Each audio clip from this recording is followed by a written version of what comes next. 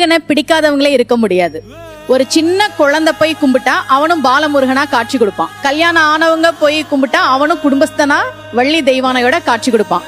எல்லா கடமையும் முடிச்சிட்டு வயோதிகரா போய் வழிபாடு பண்ணா அவனும் ஆண்டி கோலத்துல காட்சி கொடுப்பான். நிறைய பேருக்கு குலதெய்வம் தெரியல அப்படின்றது ஒரு குறையா இருக்கும். ஏன்னா நம்மளுடைய பக்தி மரபில் குலதெய்வ வழிபாடு அப்படின்றது ரொம்ப ரொம்ப முக்கியம். அப்படி குலதெய்வம் தெரியாதவர்கள் முருகப்பெருமானை வழிபாடு செய்வதை ஒரு வழக்கமா வச்சிருக்கிறாங்க. ஏன் அப்படின்னா குலதெய்வம்னா குலத்தை காத்து கொடுக்கக்கூடிய தெய்வம். தேவர்களின் குலத்தை காத்து கொடுத்தவன் முருகப்பெருமான். சூரபதுமன் கிட்ட இருந்து தேவர்களின் தலைவன் இந்திரனும் இந்திராணியும் சீர்காழிக்கு பக்கத்துல வந்து ஒளிஞ்சிட்டு இருந்தாங்க.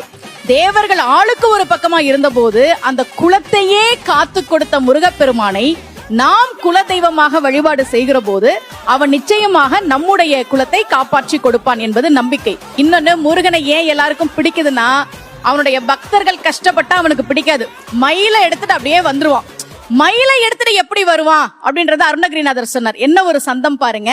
சந்தான புஷ்ப பரிமல கிண்கிணி முக சர்ணகில அமிர்த பிரபா சந்திரசேகர மூஷிகாருட வெகுமோக சத்தியப்பிரிய ஆலிங்கன சிந்தாமணி கலசக்கரகடக போல திரியம்பக விநாயகன் முதல் சிவனை வலம் வரும் அளவில் உலகடைய நொடியில் ஒரு சித்திரக்கலாபமயிலாம் மந்தாகினி பிரப வதரங்க வனசுரோதய கிருத்திகா வரப்புத்திர ராஜீவ வரியங்க தந்திய வராசலன் குலிசாயுதத்து இந்திராணி மங்கிலிய தந்து ரக்ஷாபரண இகழ்வேல் வினோதன் அருள்கூர் இமயகிரி குமரி மகன் ஏறு நீல கிரீவ ரத்ன கலாபமயிலே அப்படின்னாரு.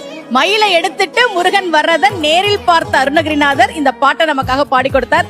ஏன் எல்லாருக்கும் முருகனை பிடிக்குது அப்படின்னா தன்னுடைய பக்தர்களுக்கு ஒரு கஷ்டம்னா விரைவாக மயிலிலே வந்து காக்கக்கூடிய தெய்வம், நம்முடைய குலத்தை காக்கக்கூடிய தெய்வமாக முருகப்பெருமான் இருக்கிறான். சிவசக்தி சொரூபமாக இருக்கிறான் என்பதால் தான் எல்லாருக்கும் முருகனை ரொம்ப பிடிக்குது. நன்றி.